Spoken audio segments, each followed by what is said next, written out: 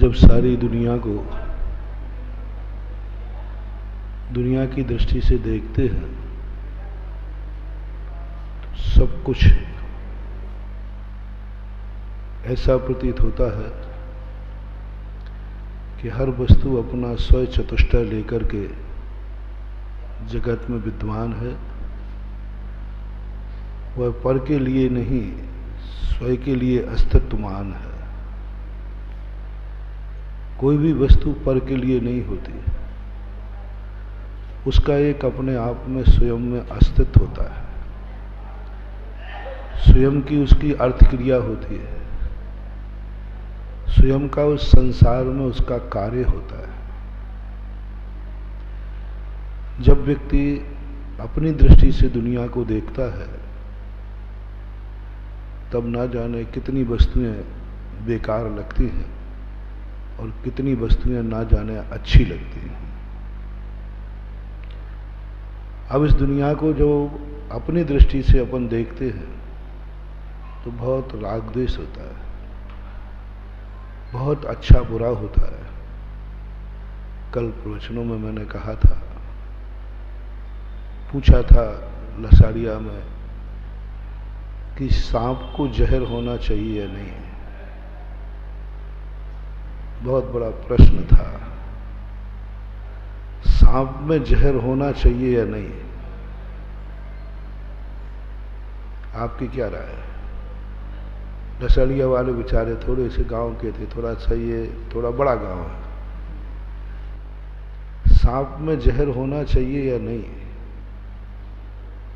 आपकी क्या राय है? और वो क्या कहा? होना चाहिए। बोलो भाई, भीलवाड़ा के लोग ज्यादा हैं, हाँ, साहेबपुरा के कम हैं। भीलवाड़ा वाले बोले चलो भीलवाड़ा यहीं से शुरू हो गया, ये मान लेते हैं। चलो बोले, सांप में जहर होना चाहिए या नहीं? बोलो भाई, प्रदीप, नरेश, बोल भाई, सांप में जहर होना चाहिए या नहीं? होना चाहिए, लेकिन वो तुम्हारे घर में रहेगा। हम देखो मामला गड़बड़ कर दिया ना। बस समझना है, सृष्टि को समझ लो। कल बहुत मजेदार, बहुत आनंद के साथ प्रवचन दे रहा था। एक बरगद का पेड़ था, नेचुरल रूप से उसके नीचे बैठा था। तो उस बरगद के पेड़ के नीचे इतना अच्छा लग रहा था, तो यूं प्रश्न आ गया कि सांप को जहर होना चाहिए नहीं, और वो सांप आपके घर में रहेगा, और उस घर में रहेगा जिसका उन घर में आप सोते हो। अब बोलो, पहले तो कह दो कि हाँ होना चाहिए। जिस घर में आप सोते हो उस घर में रहेगा वो सांप, उसको जहर होना चाहिए या नहीं? बोल भाई, होना चाहिए कि नहीं? देखो सोने वाले कमरे में भेज ही दूंगा मैं। अब होना चाहिए या नहीं? बोल भाई, है? देख लो फिर गड़बड़ हो जाएगा। हाँ, यहां के हर भगवान में अतिशय है। हाँ, तुमने हाँ कहा नहीं और तुम्हारे घर में सांप पहुंचा नहीं। कोई नहीं चाहेगा। अपन यही कहेंगे नहीं होना चाहिए, नहीं होना चाहिए, क्योंकि वह जहर हमारे लिए घातक है। हमारे लिए वह बहुत नुकसानदायक है, जीवन खत्म कर देगा, काट लेगा। तो झूठ मत बोलो, जो सही है वही बोलना है। कोई व्यक्ति अपने घर में सांप निकलने के बाद सुख की नींद सो ही नहीं सकता।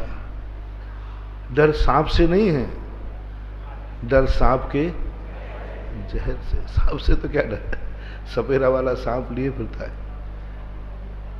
जैन दर्शन को बहुत अच्छी तरह समझ लेना है उदाहरण से।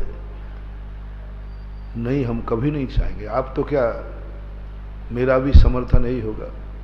यदि आप मेरे से पूछते महाराज जी आपके कमरे में सांप हो और आप उस दिन अच्छी बढ़िया 10-20 किलोमीटर चल के आए हो, थके हो, ऐसे समय पर यदि आपके कमरे में सांप छोड़ दिया जाए, जहरीला कोबरा, तो मैं तो कहूँगा कि भाई मेरी तो सहमति नहीं है, क्योंकि मुझे जल्दी नहीं मरना, क्योंकि मैं तो बहुत कीमती हूँ।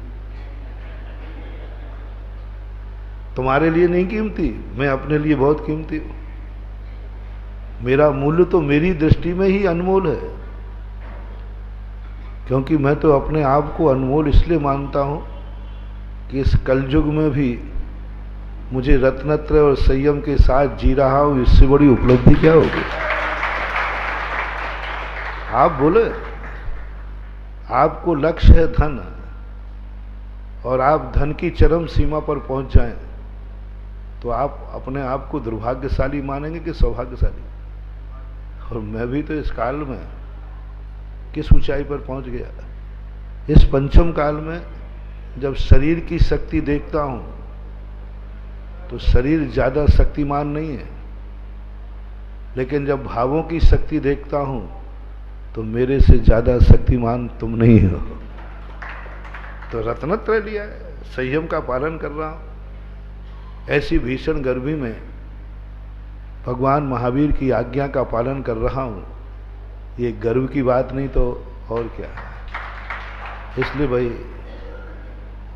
मैं तो मरना नहीं चाहूंगा, मुझे तो जिंदा रहना है, क्योंकि मेरे बुरे दिन निकल रहे हो तो मरना चाहूं, मेरे तो है। अच्छे दिन व्यक्ति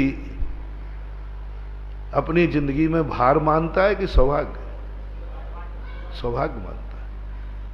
जिसके बुरे दिन निकलते हैं वो कहता है मेरा दुर्भाग्य है, बुरे दिन हैं।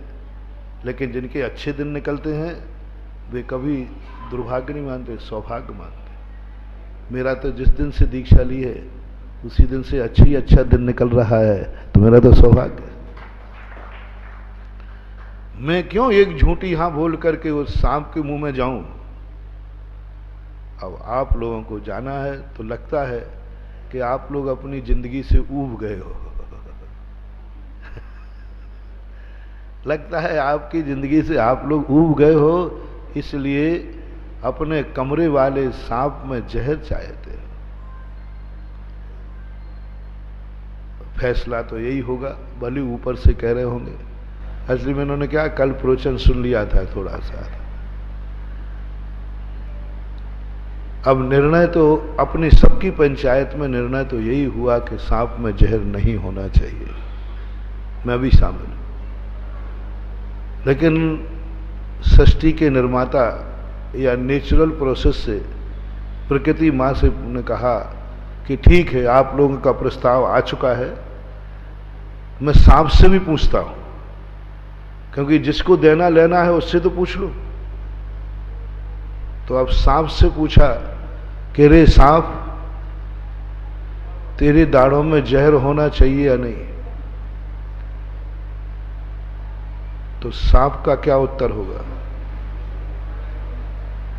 सारे सांपों का, जिन सांपों के जहां मुंह में जहर नहीं होता ना, वे बेचारे रोते हैं। मस्ती में देखना आप, बड़ा भुजंग बहुत मस्त सांप वही होता है जो मस्त होता है, जिसके दाढ़ों में जहर होता है। और जिसके दाढ़ों में जहर नहीं होता वो बेचारा सुखी नहीं होता, बहुत दुखी होता है। वो चाहता है, वो कहता है साहब मेरी दाढ़ों में जहर होना चाहिए, यही मेरी जिंदगी का सुरक्षा कवच है, इसी से लोग मेरे से डरते हैं, यही मेरे लिए अनिवार्य है। और उसने बहुत गिड़गिड़ा के कहा, हे प्रकृति मां, मुझे जहर से वंचित मत रखना। और सारी जनता ने कहा, हे मां, सांप को जहर मत देना। प्रकृति क्या करे? प्रकृति उस सांप की सुरक्षा करे या सारे जगत की सुरक्षा करे?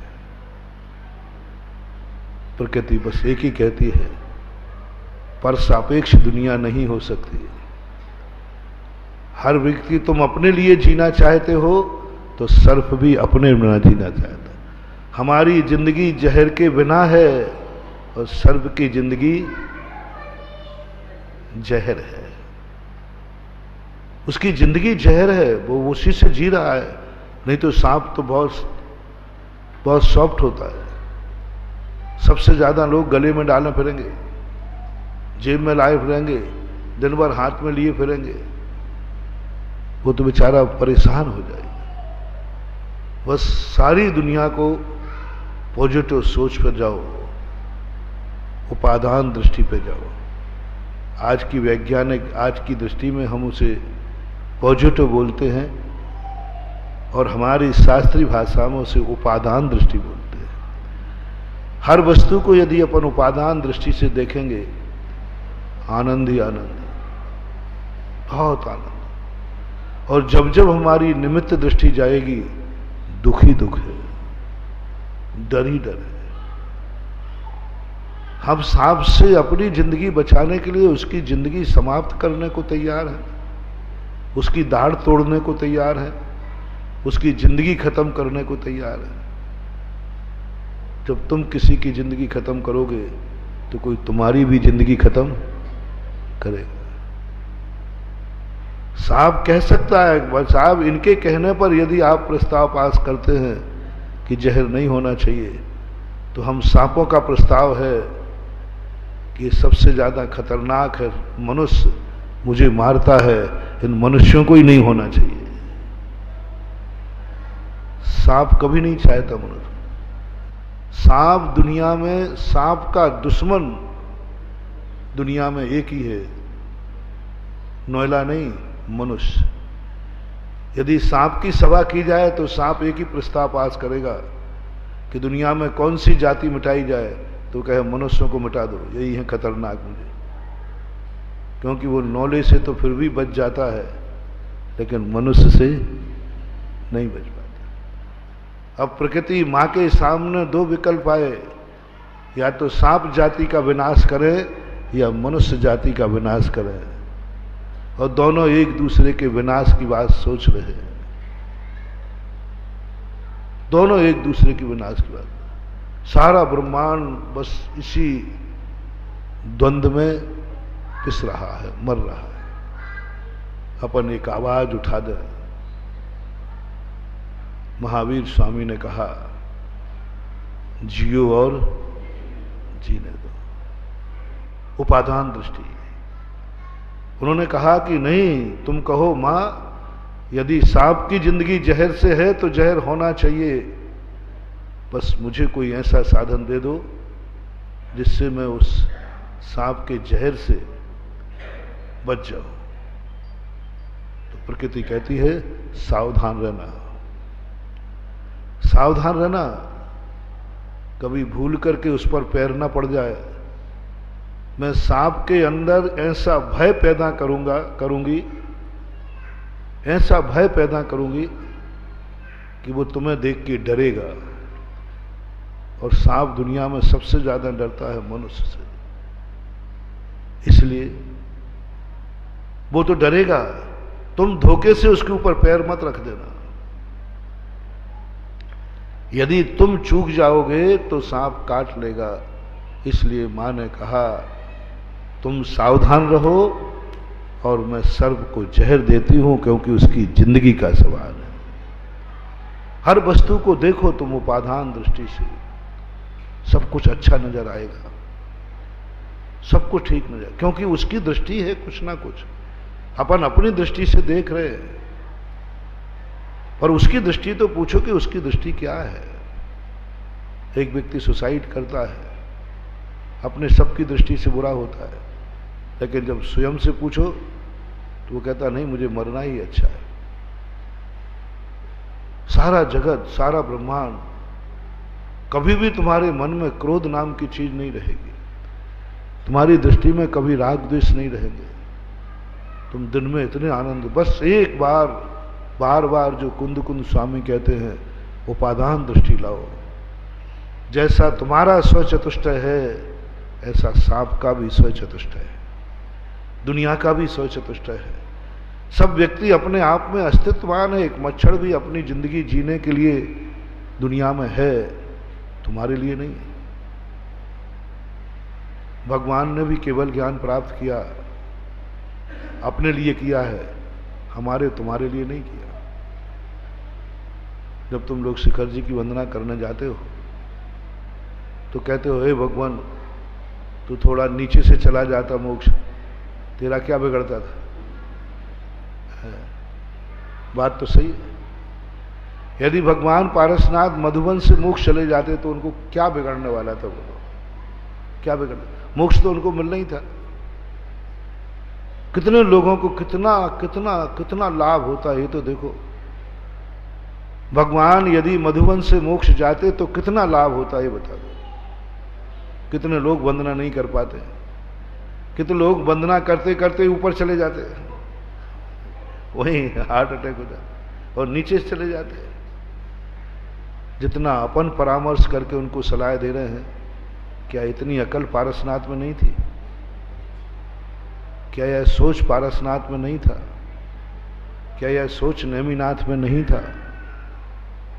जो 5वीं टोंक पे गए, अरे भाई जूनागढ़ में नीचे पहली टोंक से चले जाते, नहीं सबसे दुर्लभ तक टोंक पे गए। हर व्यक्ति को शिखर जी में भाव आता, भगवान थोड़ा तो विचार करता। मैं भी जब गया था तो मैंने भी यही कहा था, भगवान हम साधुओं की तो चिंता करते कि साधु भी आपकी बंदा, लेकिन जब भगवान की दृष्टि से देखा, भगवान ने कहा मैंने स्वप्न में भी नहीं सोचा था कि लोग दर्शन करने आएंगे। मैं तो इतनी दूर इसलिए आया था कि मुझे यही परमानंद आ रहा था। यानी भक्तों के संबंध में विचार ही नहीं किया, उन्होंने मात्र अपना सोचा। मेरा निर्विकल्पता कहाँ है, मेरी निराकुलता कहाँ है, मेरा आनंद कहाँ है। उन्हें खबर भी नहीं है कि कल दुनिया यहां तक आ भी पाएगी कि नहीं आ पाएगी, कल दुनिया मुझे छू पाएगी या नहीं छू पाएगी, खोज भी पाएगी या नहीं खोज पाएगी, कुछ भी नहीं, थोड़ा सा भी विचार नहीं किया। मात्र अपने आनंद के लिए उन्होंने केवल ज्ञान प्राप्त करके चले गए। उनकी नहीं पड़ी थी कि तुम मुझे खोजो, हमारी पड़ी है कि हम उनको खोजते। बंधुओं, दुनिया में किसी वस्तु को मत समझो कि किसी की कुछ पड़ी है।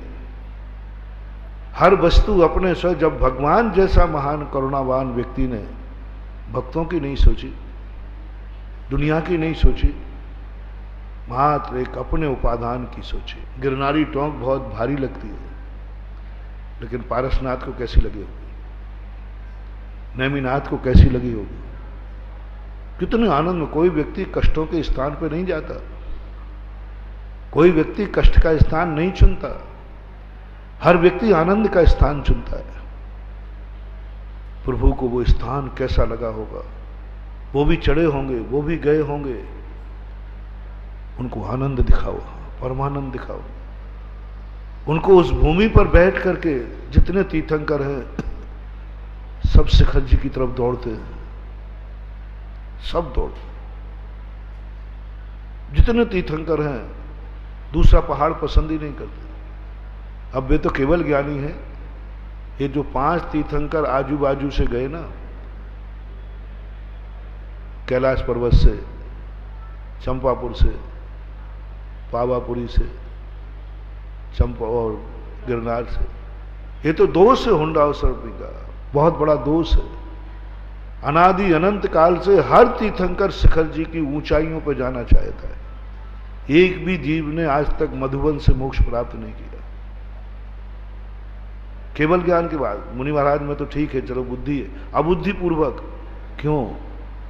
उस माटी में कोई परमानंद है, उस माटी में कोई ऐसी बरगड़ाएं हैं जो खींचती हैं कि तुम दुनिया की तरफ मत देखो, आ जाओ। मत दुनिया की चिंता करो कि कोई तुम्हारे दर्शन करने आएगा कि नहीं आएगा, कोई तुम्हारी पूजा करने आएगा कि नहीं आएगा, तुम आ जाओ यहां। और सब अनंत अनंत तीर्थंकर एक एक टोंक से मोक्ष चले गए। सदनिमित्तों की नहीं पड़ी है कि वे तुम्हारे निकट आए, अब तुम्हारी पड़ी है। अच्छा निमित्त है तो तुम्हें खोजना है, तुम्हें समझना है, बुरा निमित्त है तो तुम्हें बचना है, तुम्हें सावधान रहना है। किसकी सिद्धि है? सांप से नुकसान किसको है? सांप को या अपन को? बोलो। तो सावधान अपन को रहना है। सांप को तो जहर से नुकसान है ही नहीं, वो तो जहरीला चाहता है, उसका तो जिंदगी है, वो तो आनंद है। मैंने कहा ना, जिस सांप में जहर होता है वो सांप दुनिया में सबसे ज्यादा आनंद में रहता है और मस्त भी रहता है। क्यों? उसमें जहर है, वो उसकी संपत्ति है, निधि है। इतना आनंद में रहता है सांप, बहुत ज्यादा। अब जो नुकसान तो अपन को है ना, तो प्रकृति कहती तुम सावधान रहो उस सांप से। अच्छा निमित्त है, उनको कुछ नहीं पड़ी। अच्छा निमित्त है तो किसको पड़ी है? पारसनाथ को नहीं पड़ी, अपन को पड़ी है। अब ढूंढते रहो, लो लाठिया, कमल तोड़ो, डोली करो, जैसे बने तैसे करो। पारसनाथ कहता है मुझे तुम्हारी दरकार नहीं है, तुम्हें मेरी दरकार हो तो आओ या नहीं आओ, कोई मतलब, कोई दरकार नहीं। किसी वस्तु को किसी की दरकार नहीं है, कोई निमित्त तुम्हारे पीछे पड़ने वाला नहीं है।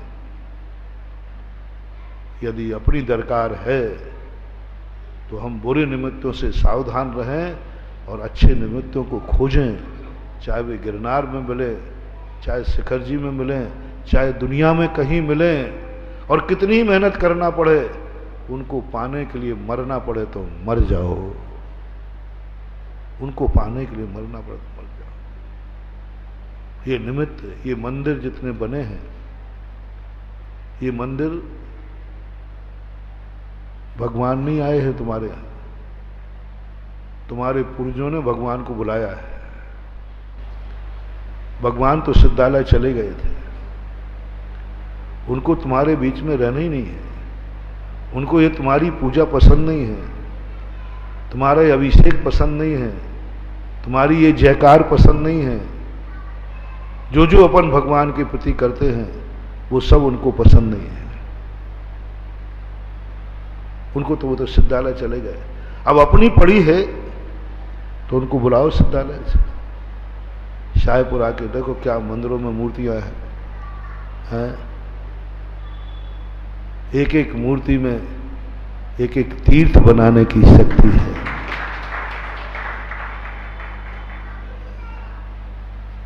लेकिन सायपुरा वालों को सायपुरा के भगवान की कीमत कम है। धीरे धीरे धीरे धीरे सायपुरा खाली हो रहा है। मैंने 20 साल पहले भी सायपुरा देखा था और अब भी देख रहा हूं। मंदिरों की रौनक भी कम होती जा रही है, क्योंकि समाज की भी रौनक कम होती जा रही है। भगवान में रौनक भगवान में नहीं होती है, भक्ति में होती है। भक्ति में, भक्ति जो होती है उसका एक अलग आनंद होता है। भगवान में ताकत नहीं है कि वो भक्त में रौनक ला दे, भक्त में ताकत है कि वो भगवान में रौनक ला दे। भगवान में जो रौनक होती है वो फिक्स है। किंचित मात्र भी, जितने भगवान मोक्ष गए हैं ना, सभी भगवानों में एक समान शक्ति है, एक भी कम नहीं, एक भी ज्यादा नहीं, कुछ भी नहीं।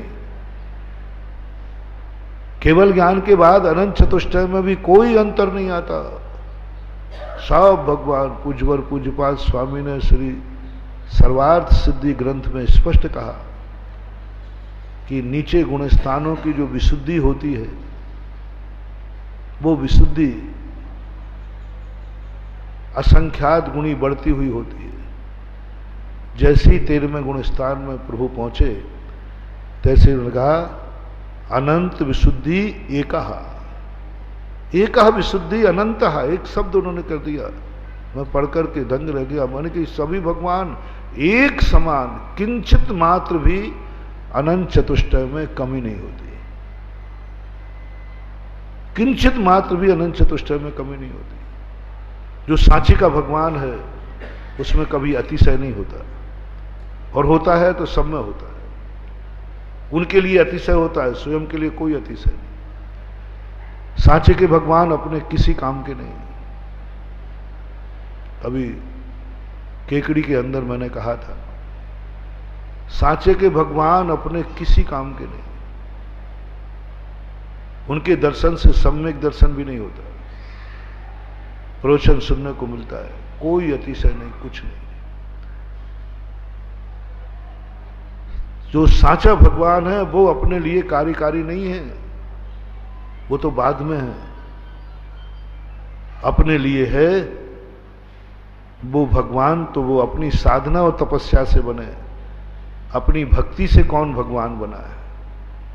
अपनी मेहनत से, अपने पुरुषार्थ से। देवताओं को मोक्ष नहीं होता, क्योंकि उनकी कमाई कुछ है ही नहीं, वो कुछ करते ही नहीं, सब अकृत्र मिलता है, मनुष्यों में मिलता है। जैन दर्शन कहता है तुम्हारी कमाई क्या है? तुम्हारा भगवान कौन है? तुम्हारा भगवान बताओ, तुम्हारा भगवान बताओ जो तुम्हारे लिए बना हो। अर्थ क्रिया, जहर तुम्हारे काटने के लिए नहीं बनाया था सांप में। प्रकृति ने जो जहर दिया वो दुनिया को काटने के लिए बनाया, प्रयोजन या सर्व की सुरक्षा के लिए बनाया। इसलिए भगवान जो है, ये जितने भगवान बने अपने लिए बने कि वो अपने लिए? वो अपने लिए बने, हमारे क्या काम के? तुम्हारा भगवान कहाँ है? तुम्हारा भगवान बताओ जो तुमने बनाया है, जो तुम्हारे लिए बना हो। तुम दूसरे की रसोई बनी हुई खा रहे हो, तुम्हारे लिए बनी नहीं फिर भी खा रहे हो। तुम्हारे लिए जो रसोई नहीं बनी हो और वो रसोई तुम खाओगे तो दो ही व्यक्ति खा सकते हैं, या तो भिक्षु या भिखारी। तुम कौन हो? भिक्षु दूसरे के लिए बनी हुई भोजन है, जैसे आप लोग बनाते अपने लिए, महाराज ले सकते, और भिखारी ले सकता है। तुम इन दोनों में कौन हो? जल्दी बोलो। इसलिए तुम भोजन नहीं कर सकते जब तक तुम्हारा निमंत्रण, जब तक तुम्हारे घर में भोजन न बनाओ। घर में भी तुम्हारे लिए भोजन नहीं बनाओ, तुम भोजन आओ तो वो बोल देगी घरवाली, पहले से क्यों नहीं कहा? मैं तो मालूम था कि तुम आज आओगे नहीं। अब बोलो, घर में जवाब मिल गया कि नहीं? अब तुम तो घर में गए थे ना, और उनको मालूम था कि तुम बाहर गए, माँ है तुम्हारी, और एक तुम टपक पड़ो कि अपना तो घर है, कभी पहुंच जाओ। और एकदम तुम 12 बजे पहुंचे, माँ भोजन ला। बोले छोकरा कहेगा, मैंने तो बनाया ही नहीं। बोले माँ तूने भोजन नहीं बनाया? अरे तू तो था ही नहीं, आना ही नहीं था। कहना घर में भी भोजन जब ही बनेगा जब माँ को बनाने के पहले ध्यान होगा कि मेरा बेटा खाने आएगा।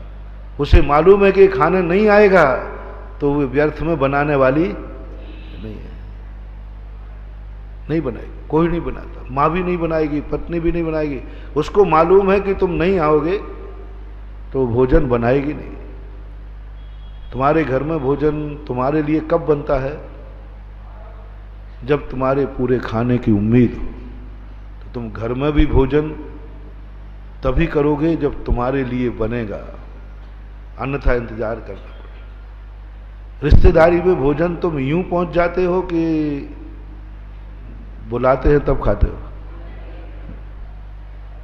चिंता मत करना, सायपुर में भी तुम्हारे लिए ही बन रहा है, क्योंकि वो बनाने वाला तुम्हें देखता है सभा में, कितने लोग होंगे तो खाते। यदि 100 हो तो कितने का बनाएगा वो? 100 का। और 500 है तो यानी उसने दृष्टि रखी है, दृष्टि रखी है कि इनके लिए मैं आज बाहर से लोग आए, महाराज आए हैं, तो उसने पर्पस बनाया। रोज को नहीं बनता होगा, प्रतिदिन नहीं बनता होगा, आज बन रहा है। बस यही है परमार्थ कि तुम्हारे लिए कौन सा भगवान बनाया गया, तुम्हारे लिए कौन सा भगवान है, उस भगवान का नाम बताओ जो इस जिनवाणी मां ने, प्रकृति ने तुम्हारे लिए बनाया हो। तुम्हारे लिए, भगवान के लिए नहीं। वो भगवान को तो मैंने बता दिया, वो भगवान तो अपने लिए बनाया, तुम्हारे और हमारे लिए है ही नहीं, उसको कोई लेना ही देना नहीं। यदि अपने लिए बनता तो जहां अपन लोग रहते वहां से मोक्ष जाता। क्यों? भक्त जहां है वहीं से जाना चाहिए। वो बना ही नहीं, वो तो गिरनार से कहा, शिखर जी से कहा, उसको कुछ भी नहीं पड़ा। तुम्हारे लिए भगवान कौन है? तुम्हारा भगवान कौन है? जो मात तुम्हारे लिए बना हो, मात तुम्हारे लिए, जिनवाणी माने मात तुम्हारे लिए बनाया हो, उनको भगवान से कोई लेना देना नहीं, भगवान से कोई लेना देना नहीं। उनको कहना भक्त। उसका नाम है जिनेंद्र मंदिर और जिन प्रतिमा। ये प्रतिमाएं जो हैं किसके लिए बनाई? आपके पूर्वजों ने। भगवान को कहीं स्थान नहीं मिल रहा था बेचारे को, इसलिए शायद सायपुरा के पूर्वजों ने कहा भगवान यहां आ जाओ, यहां आ जाओ। नहीं, ये है ओरिजिनल भगवान तुम्हारे, ये है तुम्हारे भगवान, ये तुम्हारे लिए बनाया गया। भगवान को तो ये स्थान पसंद ही नहीं है। सारे भगवानों से पूछा जाए कि साहेबपुर आपको पसंद है? साहेबपुरा, साहेबपुर है कि साहेबपुरा? तो मैंने 24 भगवानों ने स्पष्ट निकाल दिया, मुझे साहेबपुरा बिल्कुल पसंद नहीं है। मैं पूछ के आ रहा, यदि पसंद होता तो अभी तक कोई ना कोई भगवान यहां से मोक्ष, यहां से कितने भगवान मोक्ष गए? नहीं गए ना। इससे सिद्ध है कि उनको पसंद। भीलवाड़ा से भीलों के बाड़ा में से कौन जाएगा? एक भी भगवान मोक्ष नहीं गया, कोई भगवान ने चुना ही नहीं, उनको पसंद ही नहीं था। इसलिए भगवान को तो तुम्हारा स्थान पसंद था नहीं। अब ये भगवान तुम्हारे थे। जिनवाणी ने कहा ओरिजिनल भगवान तेरे यहां नहीं आएगा, तेरी इतनी औकात नहीं, तेरा इतना पुण्य नहीं, तो इतना पुण्यवान नहीं है कि ओरिजिनल भगवान तेरे पीछे आ जाए। यदि भगवान चाहिए है तो अब तू खुद के अपने भगवान बना ले। एकलव्य के साथ यही हुआ। एकलव्य की जाति ने, एकलव्य के पुण्य ने कह दिया तुझे ओरिजिनल गुरु मिलने वाला नहीं है, ओरिजिनल गुरु नहीं मिल रहा, तेरी किस्मत में नहीं है, गुरु तुझे पसंद नहीं करते। एकलव्य भगवान को गुरु को पसंद नहीं करता था या गुरु एकलव्य को पसंद नहीं करते? एकलव्य तो गुरु को पसंद करता था, लेकिन गुरु एकलव्य को पसंद। अपन लोग भगवान को पसंद करते हैं कि नहीं? लेकिन अपन को भगवान पसंद नहीं करता। पूरी कहानी सुन लो, पूरी एक दो। एकलव्य गुरु को पसंद करता था, लेकिन गुरु एकलव्य को पसंद नहीं करते थे, क्योंकि गुरु का, उसकी जाति ऐसी थी, उसका कुल ऐसा था, उसका आचरण ऐसा था, उसके संस्कार ऐसे थे, पुण्यहीन था, जन्म जन्म का पापी था, तभी तो कुलहीन में जन्मा। हीन कुल में क्यों जन्मा? वो इतना हीन कुल में जन्मा कि गुरु पसंद नहीं कर रहे।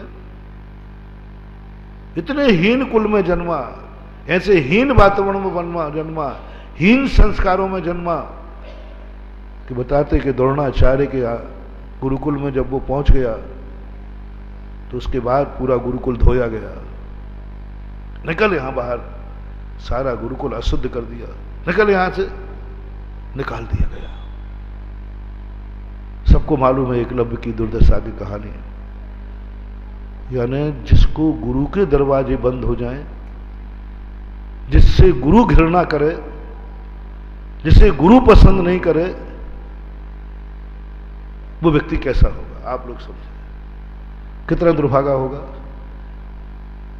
गुरु जिसे पसंद नहीं कर रहे, गुरु ने निकाल दिया, जिसे गुरु अशुद्ध मान रहे, अशुचि मान रहे, गुरु की दृष्टि में जो निम्न है,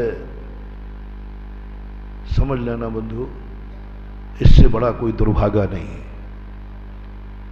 दुनिया की दृष्टि में नहीं कह रहा हूं, किसकी दृष्टि में? गुरु की दृष्टि में। इससे बड़ा दुर्भागा कौन होगा?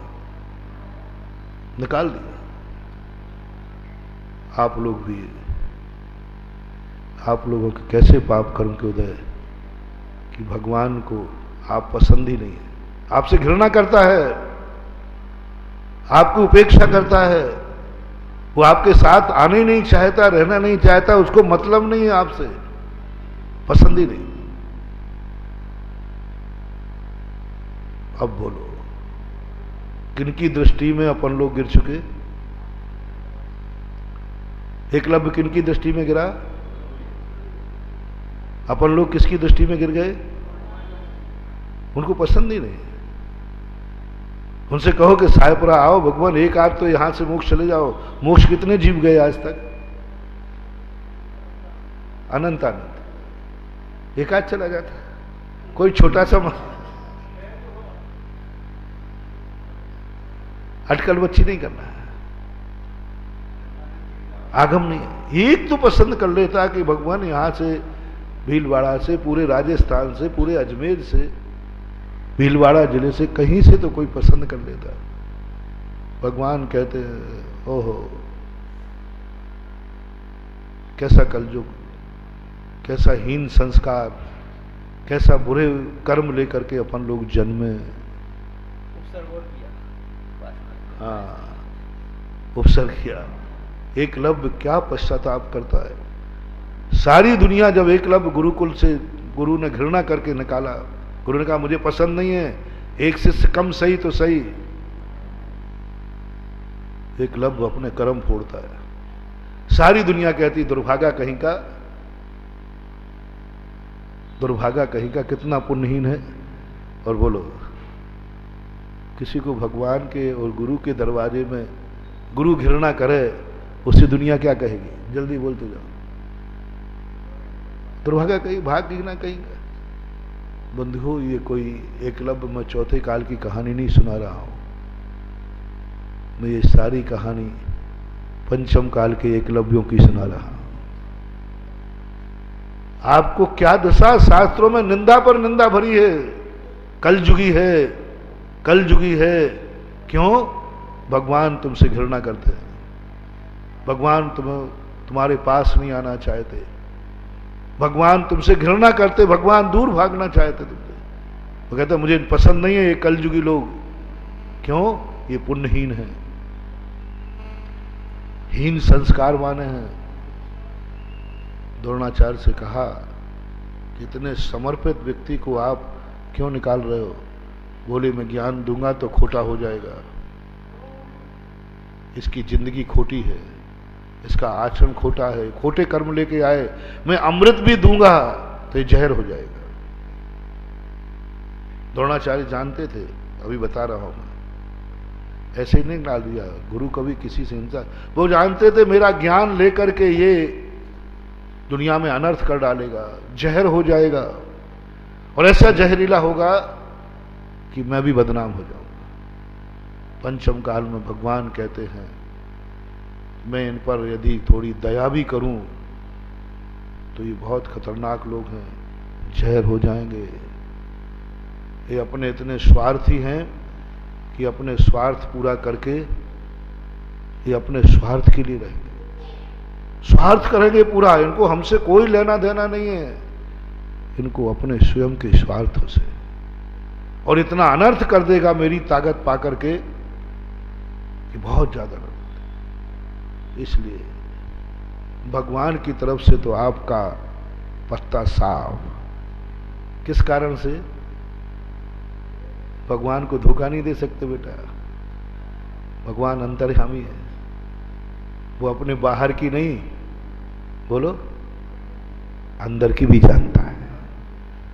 वो आज की नहीं, वो कल की भी जानता है कि आज जिसको मैं आशीर्वाद दे रहा हूं कल ये क्या करेगा, आशीर्वाद पाके क्या करेगा। रावण को जब जब आशीर्वाद दिया किसी शक्ति ने, उसी शक्ति को उठा के फेंक दिया। रावण कहा था ना, जैन दर्शन वैष्णव दर्शन में दोनों महाशक्ति दी, रावण ने उसी को उठा करके फेंकने का पूरा प्रयास किया, फेंक नहीं पाया। लेकिन ताकत तो कलयुग के जीवों में ये सबसे बड़ा दुर्गुण है।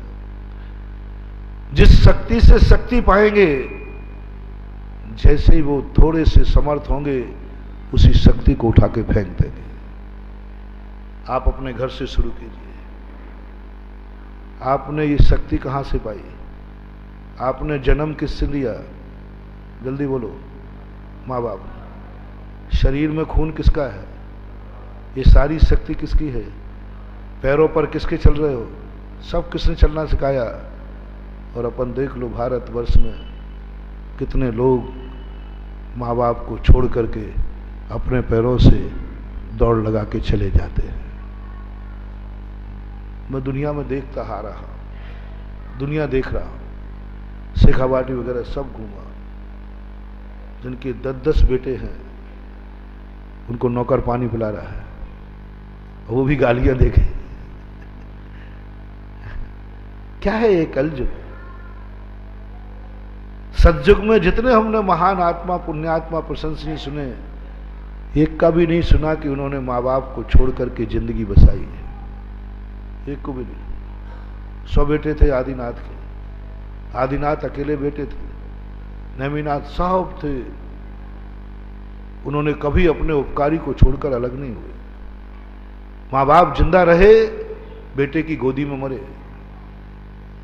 वहीं से आपका स्वार्थ शुरू होता है। जैसे पैसे के बल पर आप थोड़े से आगे बढ़ते हैं, तैसे आपको सबसे ज्यादा बुरे कौन लगते हैं, सबसे ज्यादा भार कौन सा लगता है? मेरी हेल्प करो ना। जैसे तुम बड़े हो जाते हो, तुम्हारी शादी हो जाती है, तुम्हारे बच्चे हो जाते हैं। अब घर में कितने लोग हो गए? एक और ले लो, दादा दादी। दादा दादी, पापा पापी नहीं, पापा नहीं नहीं, वो papa mummy, papa mummy, papa mummy, और पत्नी भी है, बेटे भी हैं। अब इनमें से कितने लोग हैं? 2, 2 4, 2 6 और 2 बच्चे, 8 हो गए। झूठ मत बोलना। इन 8 में से सबसे ज्यादा प्यारा कौन है? झूठ बोले कौआ काटे। इन 8 में से तुम्हारा सबसे ज्यादा प्यार किस पर है? आप किसके लिए जिएंगे, किसके लिए कुछ करेंगे, किसके लिए कुछ सोचेंगे, किसके लिए कमाएंगे, किसके लिए खाएंगे, किसके लिए आप जो कुछ भी करेंगे, सब किसके लिए होगा?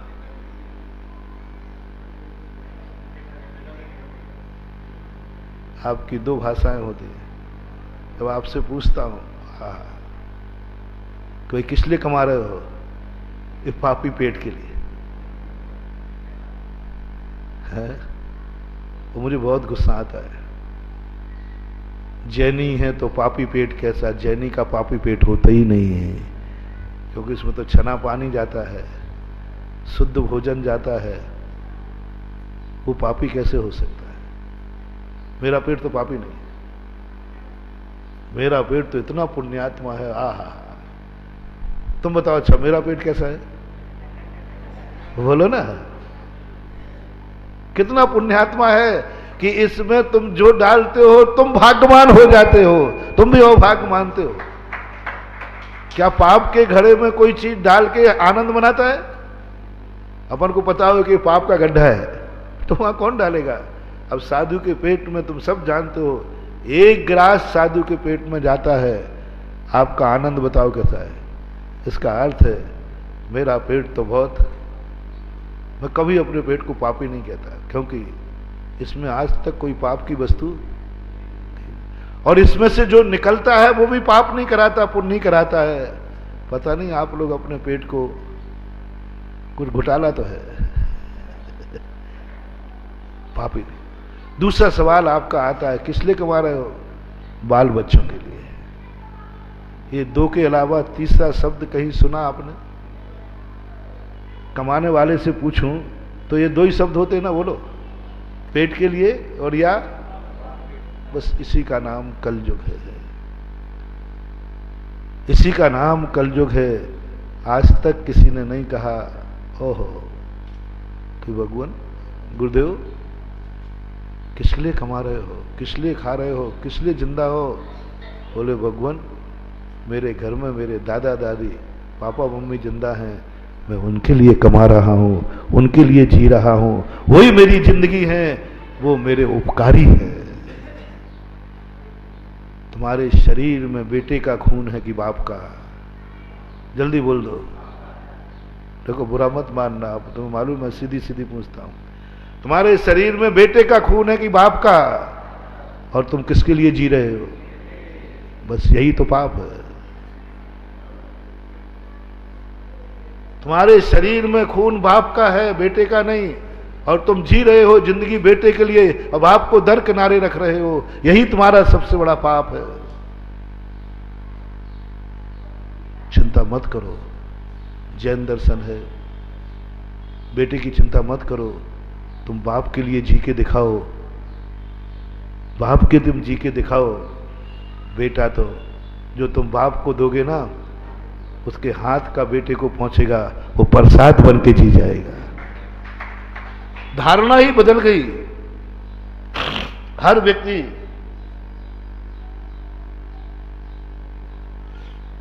बेटे के लिए जी रहा है, हर व्यक्ति पत्नी के लिए जी रहा है, शादी के बाद मां के लिए नहीं।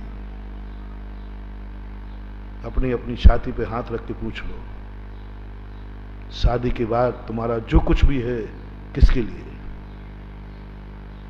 तुम्हारा सोच, तुम्हारा विचार, तुम्हारी आंख, तुम्हारे कान, तुम्हारा मुख, तुम्हारे हाथ, तुम्हारे पैर, तुम्हारी संपत्ति, तुम्हारा सोच, सब कुछ किसके लिए है? झूठ मत बोलना। किसके लिए? शादी के पहले की नहीं कह रहा हूं, शादी के बाद तुम्हारी आंख घर में आते ही किसको ढूंढती है?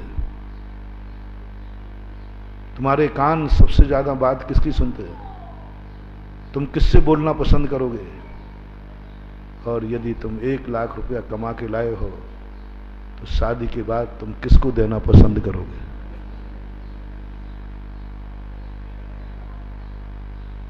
सब ऐसे बैठ गए जैसे सबको सांप सूंघ गया हो। फैसला करो, किसको देना पसंद करोगे शादी के बाद, मां को या पत्नी को? तुम्हारे शरीर में दूध किसका है, पत्नी का कि मां का? बुरा मत मानना, जो सीधी सीधी कह रहा हूं। किसका दूध है? मां। खत्म हो गया मामला, खत्म हो गया मामला। बस यही तो सोच है, यही सोच है अज्ञानी में, यही सोच है कलयुगी में, यही सोच है अनंत संसारी जीव में। ज्ञानी व्यक्ति कहता है नहीं। भरत चक्रवर्ती ने भरतेश वैभव में पढ़ा, 96,000 रानियां थी। उसने अपनी जिंदगी में कभी जितना भी, जब भी रोटी खाई, मां के हाथ से रोटी खाई, पत्नी के हाथ की कभी रोटी ही नहीं खाई, कभी नहीं खाई। मां नहीं परोसती थी तो वो भरत चक्रवर्ती भोजन ही नहीं करता था। तो कहता था मुझे तो जिंदगी भर मां ने खिलाया है, तुम तो बीच में आए हो, और जब तक मेरी मां है मैं मां के हाथ का ही खाऊंगा। मां बनाती नहीं थी लेकिन परोसती, क्योंकि मां की ही जिंदगी है। लेकिन आज दुनिया में मैं पत्नी को नकार नहीं रहा हूं, क्योंकि मुझे तुम्हारी पत्नी में भावी मां दिख रही है। कल वो भी तो मां बनेगी। इसलिए मत समझना कि हम पत्नी जाति का अपमान कर रहे हैं। तुम्हें पत्नी दिख रही है और मेरी दृष्टि में हर नारी मां दिख रही है, बस इतना ही अंतर है। इसलिए हमारा भारतीय व्यक्ति जब भी स्टेज पर खड़ा होता है तो नारी शक्ति नहीं बोलता, क्या बोलता है? मातृशक्ति। मातृशक्ति बोलता है, मातृशक्ति बोलता, पत्नी शक्ति नहीं बोलता, स्त्री शक्ति नहीं बोलता। और आपका फैसला, आप शादी के बाद जी रहे हैं स्त्री के लिए, कमा रहे हैं स्त्री के लिए, बोलते हैं सब कुछ स्त्री के लिए, और मां के लिए कुछ नहीं, कोई नहीं कमाता। महानुभाव चेतो जागो। आज के प्रवचन से जो भी जहां बैठ करके टीवी पर बैठ के सुन रहे हैं, मेरा एक बार कहना मान लो, 6 महीने के लिए मान लो, अपनी जिंदगी में शादी के बाद मां के लिए जी के दिखाओ, आनंद ही आनंद है। घर में आते ही तुम्हारी आंखें मां को खोजें, घर में आते ही तुम्हारे कान मां की बात सुने, घर में आते ही तुम्हारा मुंह माँ के सामने खुले और घर में कमाई की पोटरी आते ही आगे आप बोलो तो अच्छा लगे। मैं थोड़ा कम सुनता हूं, हैं? थोड़ा जोर से बोल दो तो क्या। और आज जी अकेले बुलवा लेना, अभी बाजू में बैठे हैं लोग। एक आवाज लगाओ, शादी के बाद यदि कमाई है तो किसके लिए? धीरे बोलो, इधर से नहीं बोले, मां के लिए। यदि जवान के पक्के हो तो आज से यह नियम लागू हो जाना चाहिए। बाकी तुम जानो, अब थूक के चाट लो तो मैं क्या करूंगा? हाँ, गुरु के सामने कुछ बोलो और करो कुछ तो फिर भैया मेरी जिम्मेवारी नहीं। गुरु से कपट, मित्र से चोरी, या हो निर्धन या हो कोड़ी। करके दिखाओ, जियो तो सही, सौगातें भर जाएंगी, सौगातों से भर जाओगे। मां कभी तुम्हें अपनी पत्नी से अलग नहीं करेगी, नहीं करेगी। थोड़ा जी के देखो, बच्चों के लिए नहीं, पिता के लिए जी के देखो। उसका उपकार है तुम्हारे ऊपर, अनंत उपकार है। कभी तुम्हारे मन में आ जाए कमाते समय, किसको कमा रहा हूं? पापा के लिए। सब कुछ उनका है। किसके लिए बोलो, किसके लिए जाकर के मैं दूंगा सब कुछ? पापा के लिए, जिनका सब कुछ है। एक परंपरा यदि चल जाए तो आज भी वो, मैं इसलिए बता रहा हूं कि भगवान तुम्हें पसंद क्यों नहीं कर रहा है। ओरिजिनल भगवान तुम्हारे साथ क्यों नहीं रहना चाहता? क्यों द्रोणाचार्य के क्लब से घृणा करते हैं? कारण क्या है? क्योंकि उसके संस्कार बुरे थे। इस पंचम काल में संस्कार आपके बुरे हैं, क्योंकि आपका जैसे ही स्वार्थ सिद्ध होगा आप उपकारी को भूल जाओगे। अभी तो ये मैंने माँ बाप की बात कही, अब गुरु और भगवान को भी ले लो। है? तुम्हारी जिंदगी में सबसे ज्यादा धार्मिक उपकार किसका है? गुरु का, भगवान का है। अपन सब ले ले। और थोड़ा ही स्वार्थ आते ही किसको भूल जाते हो? है? आज तक कभी तुम्हारा मन में आया कि मैं जी रहा हूं गुरु के लिए, मेरी आंख है गुरु के लिए खोज रही है। वो कब दिन आए, वो कौन सी किस दिन आए जब मैं प्रातः काल उठ करके गुरु का दर्शन। ये आंख मेरा गुरु दर्शन के लिए, प्रभु दर्शन के लिए मिली है। कभी भाव आया? कोई तुमने पूछा कि आंख तुम्हें किस लिए मिली है? अर्थ क्रिया बताओ, सब बता दोगे, लेकिन कोई ये नहीं बताएगा मुझे आंख मिली है भगवान का दर्शन करने के लिए, गुरु का दर्शन करने के लिए, और पैरों के नीचे जीव कुचल ना जाए उनको देखने के लिए। इसके लिए आंख मिली। अभी 2 दिन पहले भी मैंने कहा था, आंख तो सबके पास है, लेकिन मुझे भाभी सूरदास दिख रहे हो, क्योंकि आंख जिसके लिए थी वो तो तुम कर ही नहीं रहे। जो कार्य जिसके लिए, मैंने उदाहरण दिया था शायद मेरू कला के अंदर, बहुत बड़ी बात कही कि भोजन तुमने बनाया किस लिए? पंचकल्याणक होता है, आप भोजन आदि बनाते हो किस लिए बनाते हो? जिससे सभी लोग शांति से धर्म ध्यान करें। और कई लोग कैसे होते हैं, पंडाल में तो मिलेंगे नहीं, लेकिन भोजनालय में। जैनियों की पूरी संख्या कहाँ होती है? वो भोजनालय काय के लिए रखा था?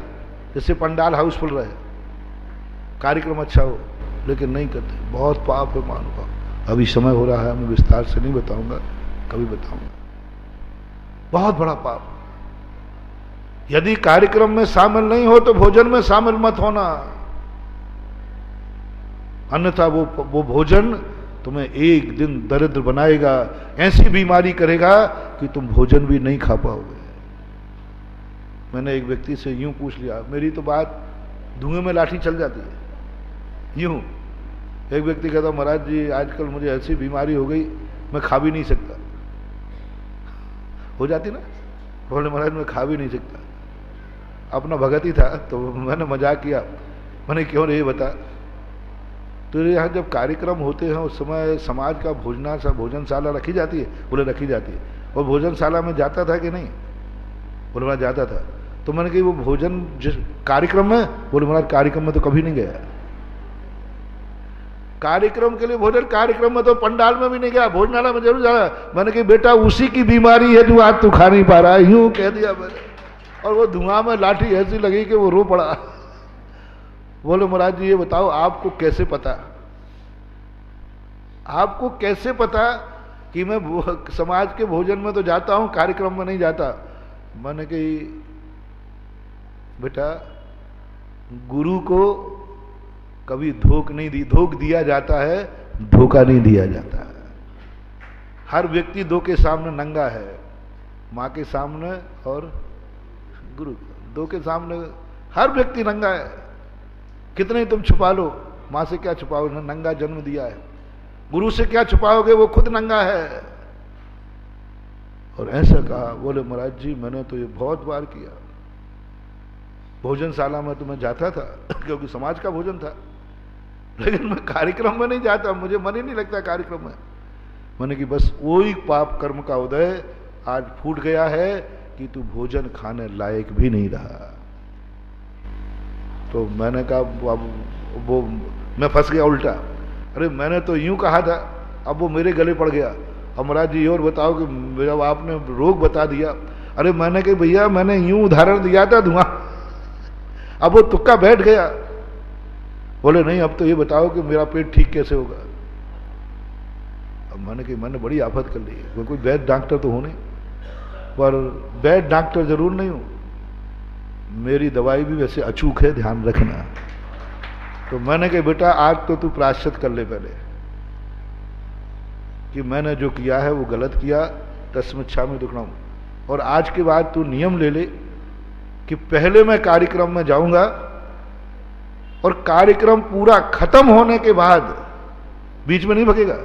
अब बीमारी की दवाई करना है तो थोड़ी करना है, बीच में नहीं उठेगा। जो कार्यक्रम रखा है वो कार्यक्रम खत्म होने के बाद ही हम समाज के भोजन में जाएंगे, बीच में नहीं जाना, बीच में मत उठना, दवाई है।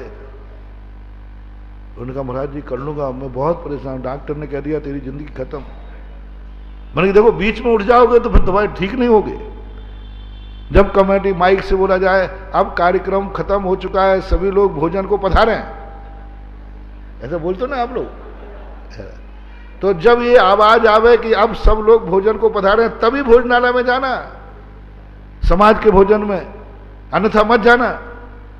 उन्होंने बोला ठीक। मैंने कहा देखो ठीक फीक की तो मैं बात करता नहीं हूं, लेकिन जो मेरे पास मेरा सिद्धांत था कि जिस कारण से बीमारी हुई है वो कारण हट जाए तो बीमारी भी हट जाएगी। कापत कुपत से बीमारी हुई, कुपत छोड़ दो हट जाएगा।